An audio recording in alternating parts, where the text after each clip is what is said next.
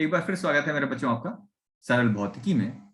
और आज हम चैप्टर 2 यानी पार्ट 2 के एनसीईआरटी के प्रश्नों का सॉल्यूशन करेंगे। ठीक, इसको पूरी वीडियो को बच्चों मैं 2 भागों में कंप्लीट करूंगा। आधे क्वेश्चन मैं इस वीडियो में कराऊंगा और बाकी के आधे क्वेश्चन मैं नेक्स्ट वीडियो में। तो चलिए शुरू करते हैं बच्चों। और हाँ, अगर ये वीडियो आपको लगे कि आपका कुछ फायदा हो रहा है, इसमें आप सीख रहे हो, तो उसको शेयर करना बच्चों बिल्कुल मत भूलिएगा। चलिए शुरू करते हैं मेरे बच्चों। सबसे पहले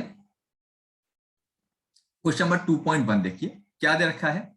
5 गुणा 10 की घात -8 कूलाम और -3 गुणा 10 की घात -8 कूलाम के दो आवेश 16 सेंटीमीटर दूरी पर स्थित हैं। दोनों आवेशों को मिलाने वाली रेखा के किस बिंदु पर वैद्युत विभव का मान 0 होगा।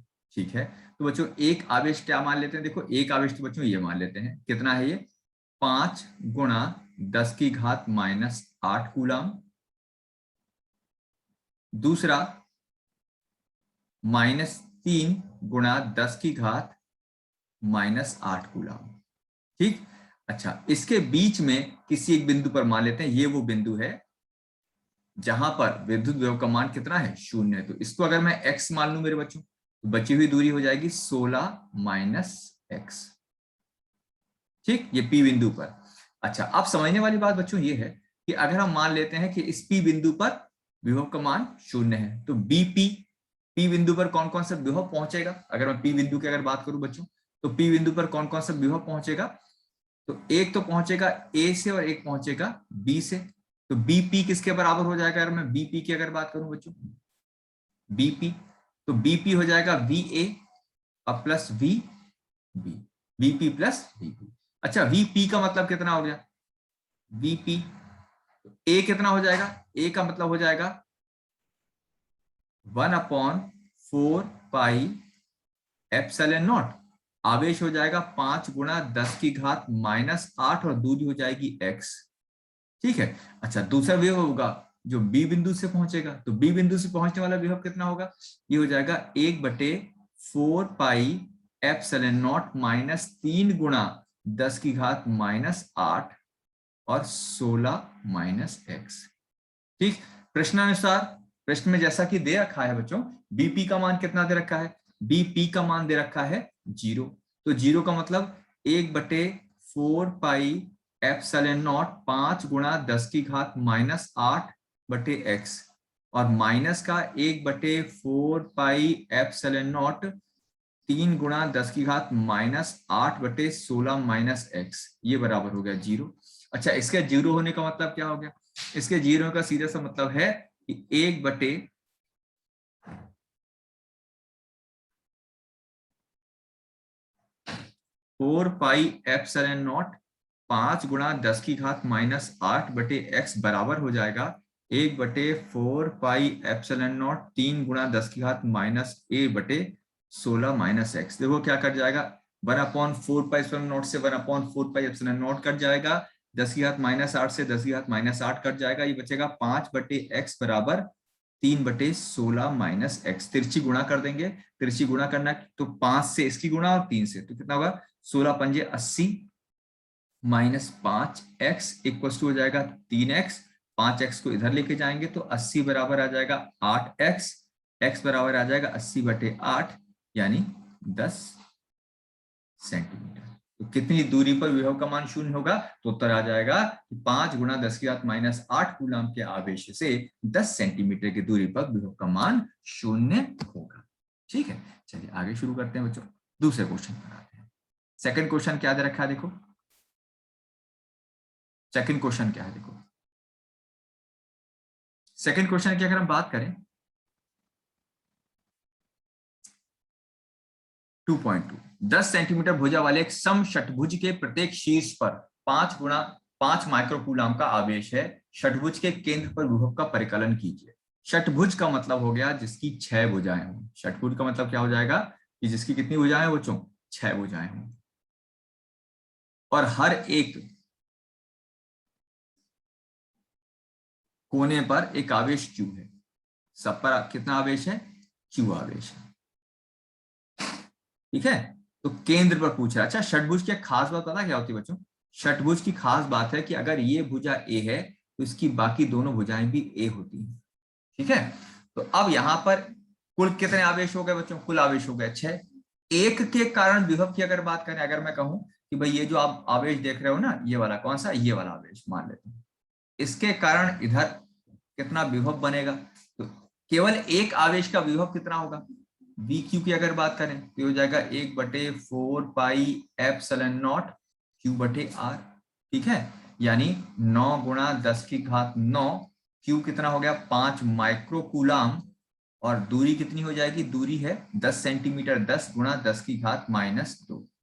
9 और 5 गुणा करेंगे तो कितना होगा? 9 पंजे 45 हो गए बच्चों, और घातें कितनी हो जाएंगी? 10, 45/10 कर दो चलो, है ना। और ये कितना हो जाएगा अपने पास? 10 की घात कितनी हो जाएगी? ये 10 की घात हो जाएगी -6 -2 यानी -4 5, यानी 4.5 गुणा 10 की घात 5 वोल्ट। लेकिन ये पूरा आंसर नहीं है बच्चों, पूरा आंसर नहीं है, क्योंकि ये तो एक आवेश का है। अब बिंदु O पर ऐसे कितने आवेशों का विभव पहुंचेगा? तो कुल आवेश कितने हैं मेरे बच्चों? कुल आवेश हैं 6, तो यहां पर हो जाएगा 6 BQ, 6 गुणा 4.5 गुणा 10 की घात 5 वोल्ट। ठीक, तो 6 और इसकी गुणा करके उत्तर अपने पास आ जाएगा। तो ये हो गया अपने पास दूसरा प्रश्न। चलिए अब आ जाते हैं बच्चों तीसरे प्रश्न पर। 2.3, 6 सेंटीमीटर की दूरी पर अवस्थित दो बिंदुओं ए और बी पर 2 माइक्रोकूलम और -2 माइक्रोकूलम रखे हैं, समविभव पृष्ठ की पहचान करो। तो भाई देखो, पहचान लो तुरंत। एक तो है प्लस का आवेश, एक है माइनस का आवेश, एक प्लस और एक माइनस। देखो वैद्युत द्विध्रुव हो गया बच्चों, ये किसका पहचान है? वैद्युत द्विध्रुव। प्लस का 2 और माइनस का 2 माइक्रोकूलम। ठीक है, निकाय के समविभव पृष्ठ की पहचान। तो निकाय के कई सारे समविभव पृष्ठ होंगे, इसमें से सबसे इंपॉर्टेंट फॉर्म में किसको शो कर सकते हैं? सबसे इंपॉर्टेंट फॉर्म में जो समविभव पृष्ठ है वो बिल्कुल बीच में से एक पृष्ठ हो जाएगा, इस तरह से बाहर आइए। इसके हर एक बिंदु पर विभव का मान बच्चों कैसा होगा? इसके हर एक बिंदु पर जो विभव का मान होगा मेरे बच्चों, वो हर जगह समान होगा। ठीक है, बल्कि बिल्कुल बीचों बीच पास कर रहे हैं तो 0 ही होगा। इस पृष्ठ के प्रत्येक बिंदु पर वैद्युत क्षेत्र की दिशा क्या है? तो हमेशा याद रखिएगा बच्चों कि अगर ये समविभव पृष्ठ है, ये कैसा है? सम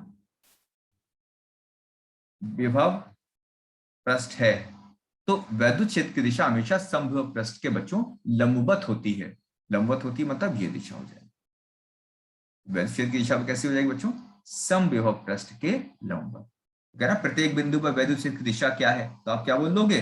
समविभव पृष्ठ के लंबवत। सम पृष्ठ के लंबवत। ठीक है, चलो ये हो गया क्वेश्चन नंबर 2। चलो 3 आ गया अपने पास। चलो फिर आगे देखा जाए। अब नेक्स्ट क्वेश्चन क्या है? देखो 2.4 पर आ जाओ। 2.4 क्वेश्चन क्या कह रहा है? देखो,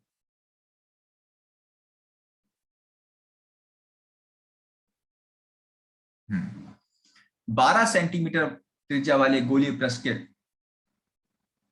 अब देखो यही बड़ा इंपॉर्टेंट क्वेश्चन है। सबसे पहले ये आपको समझना पड़ेगा कि अगर मान लो कोई आवेशित गोला है, गोलीय चालक है। ठीक है, थोड़ा दोबारा सुंदर बना देते हैं इसको। अगर अपने पास क्या है? कोई भी आवेशित गोला है। ठीक है बच्चों, आवेशित गोला है, इस तरह से मान लेते हैं। तो इसके विभिन्न बिंदुओं पर वैद्युत क्षेत्र का मान क्या होगा, उसका सूत्र क्या होगा, ये अच्छे समझ लेना चाहिए अपने को, है ना। क्या क्या सूत्र होगा?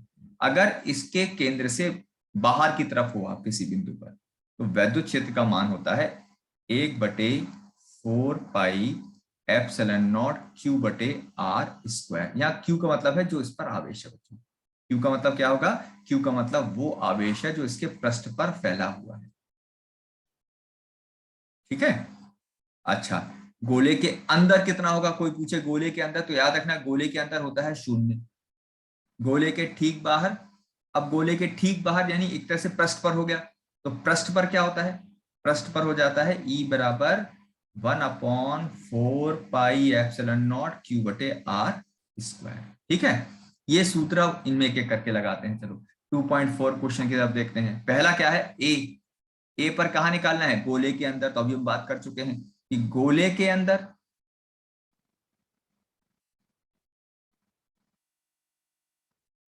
गोले के अंदर वैद्युत क्षेत्र का मान बच्चों कितना होता है? 0। गोले के अंदर वैद्युत क्षेत्र का मान कितना हो जाएगा? 0।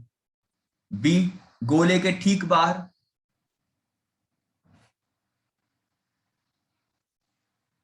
ठीक बच्चों, गोले के ठीक बाहर का मतलब क्या हो जाएगा? पृष्ठ पर, यानी 1/4πε0 Q/कैपिटल R², 9 × 10⁻⁹ ये तो 1/4πε0 का मेरे बच्चों मान हो गया। क्यू का मान कितना है? आवेश दे रखा है 1.6 × 10⁻⁷ और दूरी त्रिज्या 12 सेंटीमीटर दे रखा है, तो 12 × 10⁻⁻² का वर्ग। तो इसको गुणा भाग कर लेंगे तो हमारा थोड़ा अपन को समय बच जाएगा, तो इनको सॉल्व करके ये निकल आएगा। ठीक है बच्चों। अच्छा, अब क्या कह रहा है? गोले के केंद्र से 18 सेंटीमीटर, भाई त्रिज्या है इसकी 12 सेंटीमीटर और आप पूछ रहे हो 18 सेंटीमीटर पर, यानी 18 सेंटीमीटर कहां हो गया? गोले के बाहर। तो बच्चों गोले के बाहर सूत्र क्या लगा दोगे? गोले के बाहर सूत्र होगा 1/4πε0Q/r², यानी 9 × 10⁻⁹। आवेश कितना लगा दोगे बच्चों? आवेश हो गया 1.6 × 10⁻⁷ आ जाएगा। और R² की बात करें तो 18 सेंटीमीटर, सेंटीमीटर को बदलना -2 का स्क्वायर। तो इसको सॉल्व करके हम ये तीनों वैद्युत क्षेत्र निकाल पाएंगे। बच्चों कैलकुलेशन मैंने इसलिए छोड़ दी है, अगर आपको लगे कहीं कैलकुलेशन में दिक्कत है तो मुझे कमेंट करके बता देना। ठीक है बच्चों, तो मैं इसको कैलकुलेशन आपको सेंड करके बता। ठीक है बच्चों, चलो अगले क्वेश्चन पे चलते हैं। 2.5 पर आ जाते हैं। जरा 2.5 पर जरा क्या दे रखा है?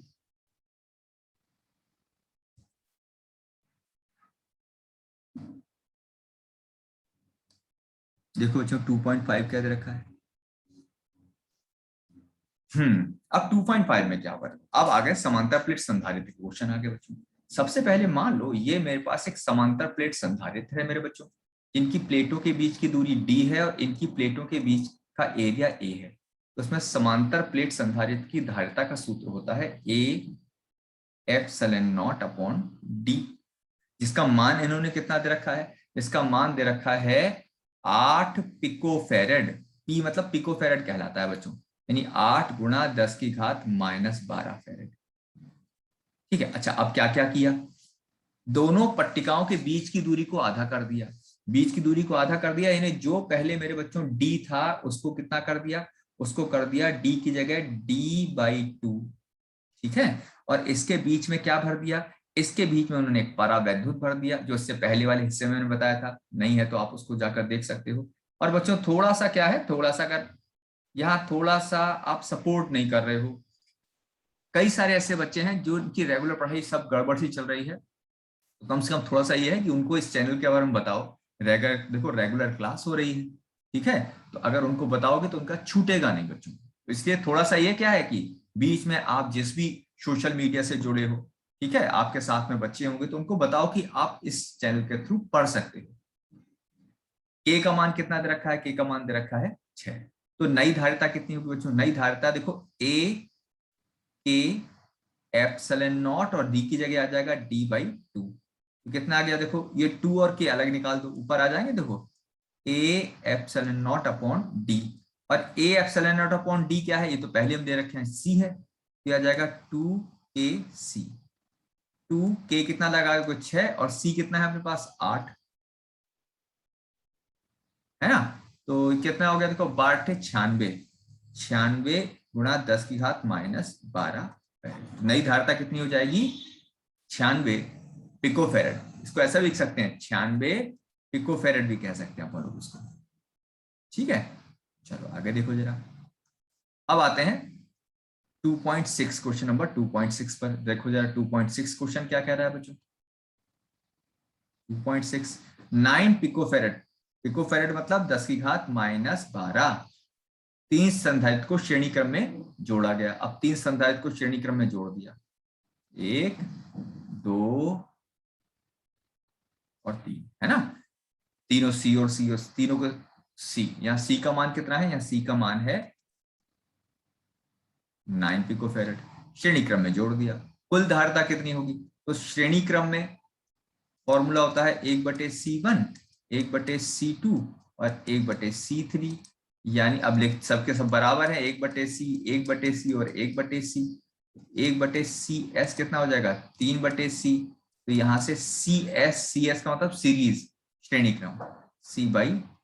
और c कितना है, 9 पिकोफेरेड को भाग करा दिया 3 से, तो 9 को 3 से भाग करो कितना आ जाएगा, तो 9 को 3 से भाग करोगे तो 3 3 9, 3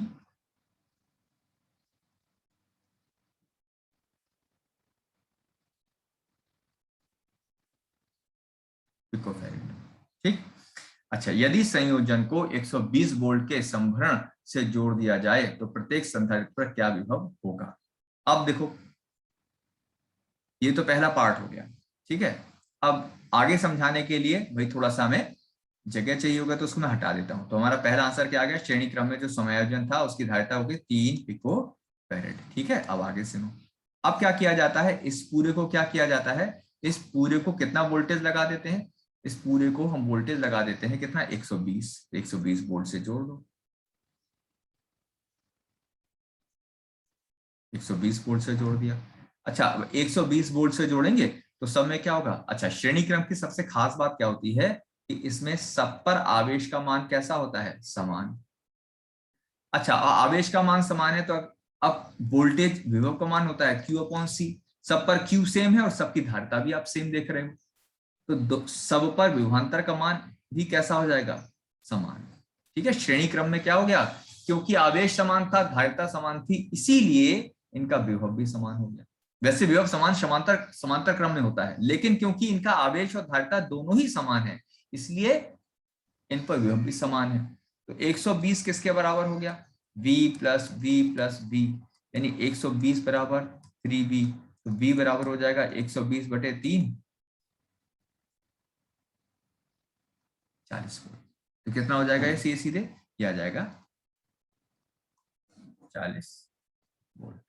ठीक है, अच्छा नेक्स्ट देखो जरा, अब आ जाओ 2.7।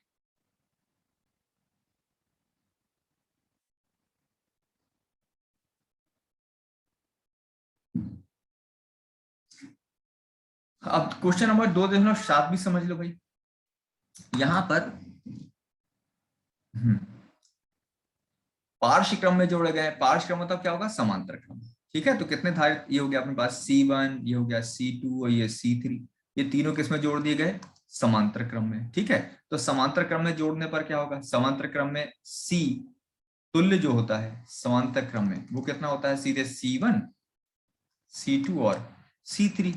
तो C1 C2 C3 का मतलब कितना हो गया, 2 पिकोफेरेड और प्लस 3 पिकोफेरेड और प्लस 4 पिकोफेरेड, 2 और 3 और 4 जोड़ दो तो कितना हो जाएगा, 5 4 9 पिकोफेरेड।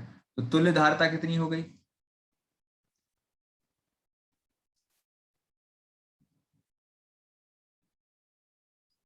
9 पिकोफेरेड।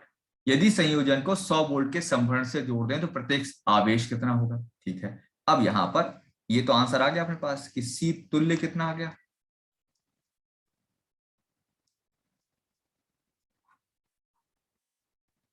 पिकोफेरेड। ठीक है, यदि संयोजन को 100 वोल्ट के संभरण से जोड़ दें, अब यहां पर दूसरा पॉइंट शुरू होता है।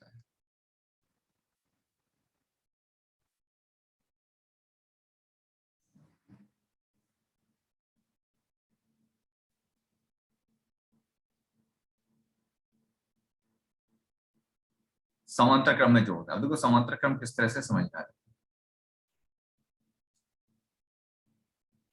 समांतर क्रम होता ही है,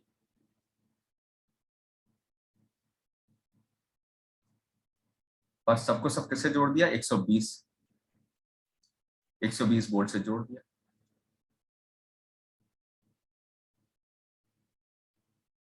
वोल्ट से। ठीक, तो अब यहां पर आवेश कितना होगा, देखो आवेश मान लेते हैं ये Q1, ये Q2 और ये क्या मान लें, Q3। ये C1 कितना है, 2 पिकोफेरेड। ये C2 कितना है, 3 पिकोफेरेड। C3 4 picofarad. ठीक है, अब यहां पर सबसे पहले V1 की अगर बात करें, बल्कि Q1, तो Q1 कितना होगा, Q होता है C1 B, C1 कितना 2 पिको फेरेड और वोल्टेज कितना है 120 यानी 240 पिको कूलम। Q2 कितना होगा, Q2 हो जाएगा C2V, C2V का मतलब कितना हो जाएगा 3 pico farad into 120 360 pico coulomb.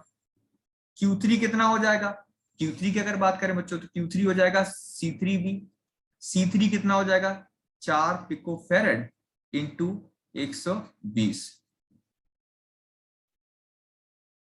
480 pico फेरेड।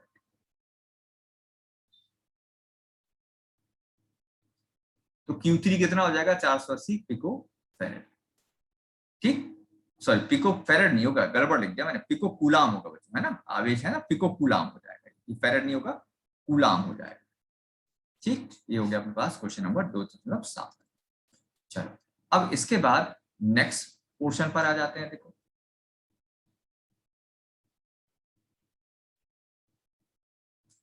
हाँ, अब देखो क्या हो जाएगा, या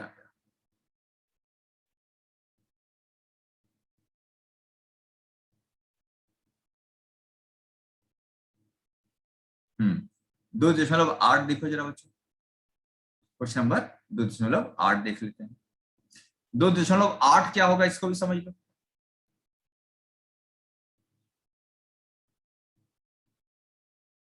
क्या दे रखा है देखो, पट्टिकाओं के बीच वायु वाले एक समांतर पट्टिका संधारित्र की प्रत्येक पट्टिका का क्षेत्रफल दे रखा है। ठीक है, तो ये क्या दे रखा है, ये दे रखा है a, उनके बीच की दूरी स्मॉल d, तो धारिता बतानी है। ठीक है, धारिता बता देते हैं। सी का फॉर्मूला, समांतर प्लेट संधारित्र की धारिता होती है a एप्सिलॉन नॉट बटे d।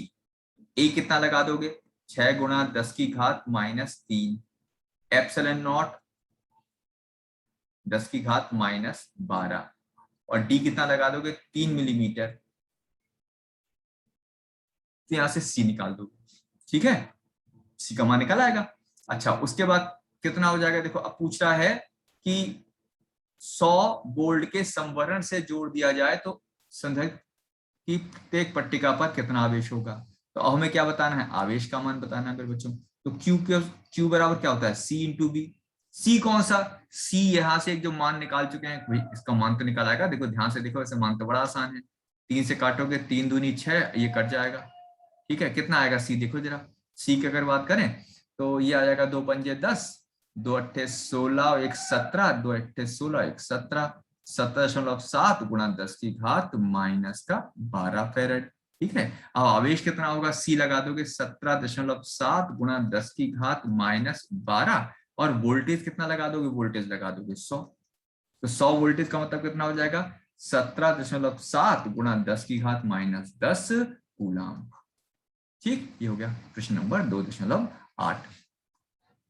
अच्छा इसके बाद अब आ जाओ 2.9 पर आ जाओ। ठीक है, ये 2.9 क्या कह रहा है देखो,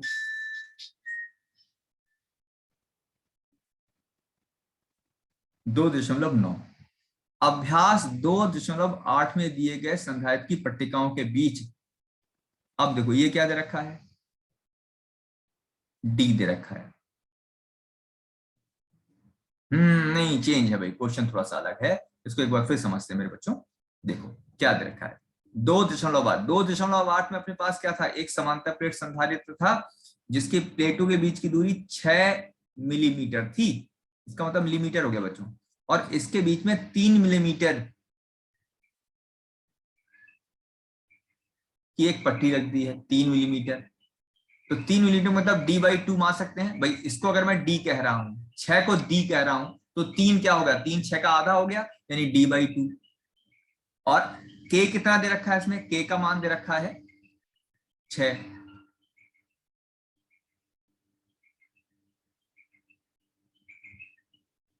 तो विभव, ठीक है,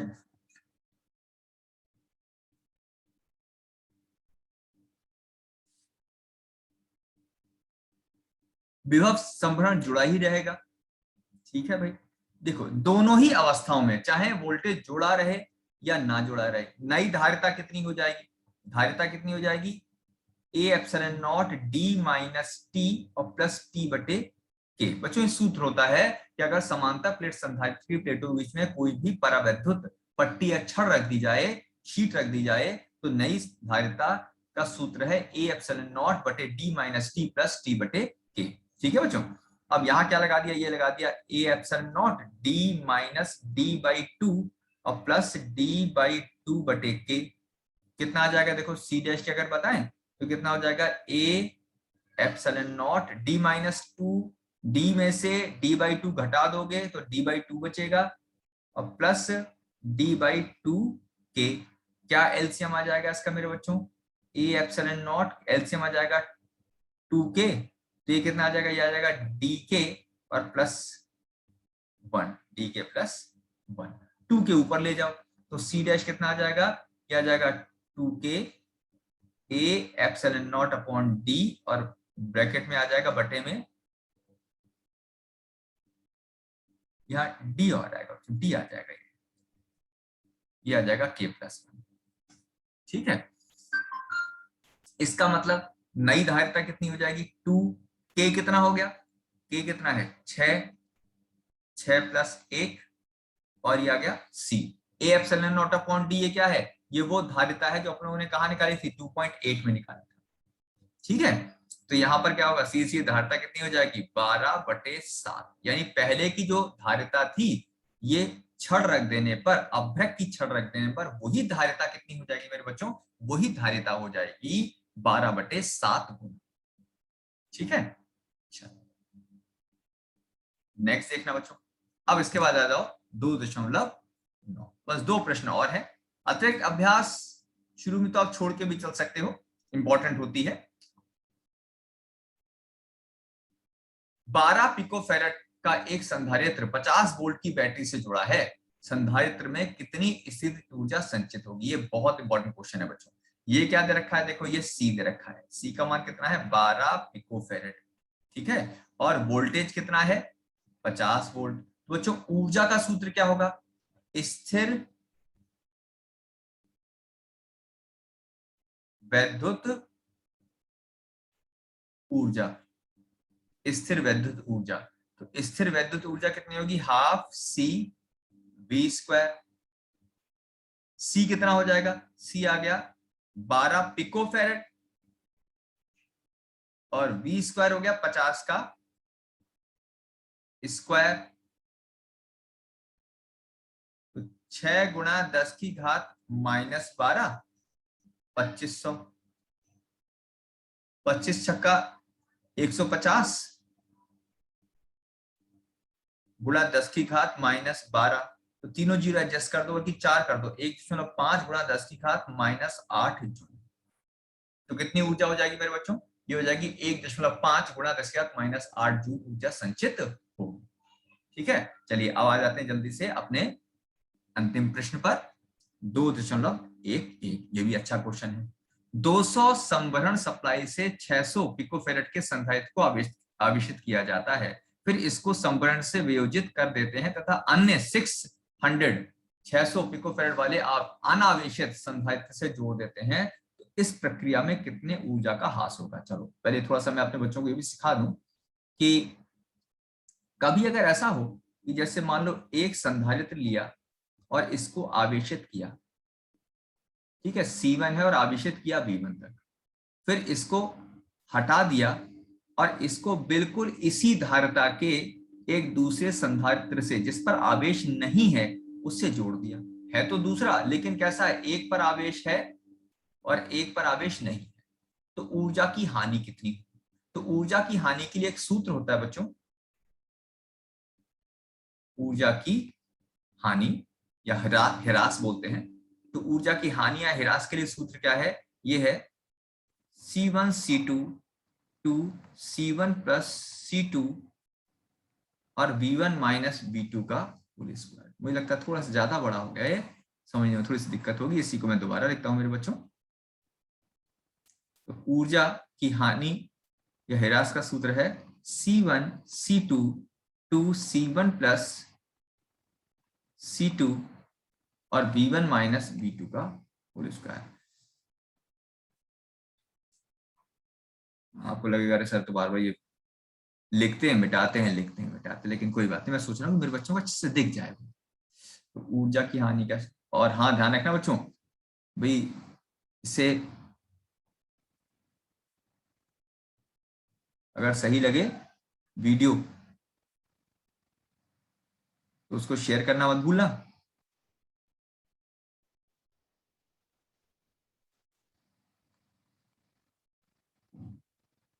ठीक बच्चों, चलो अब मान लगा दो। हाफ C1 कितना है 600 पिकोफेरेड 10 की घात -12। दूसरा भी कितना है 600। थोड़ा सा इसको साइड में करते हैं। आप तो कहोगे सर ये क्या मचा रखा है आपने, बार बार लिखना बिटाना, लेकिन कोई बात नहीं।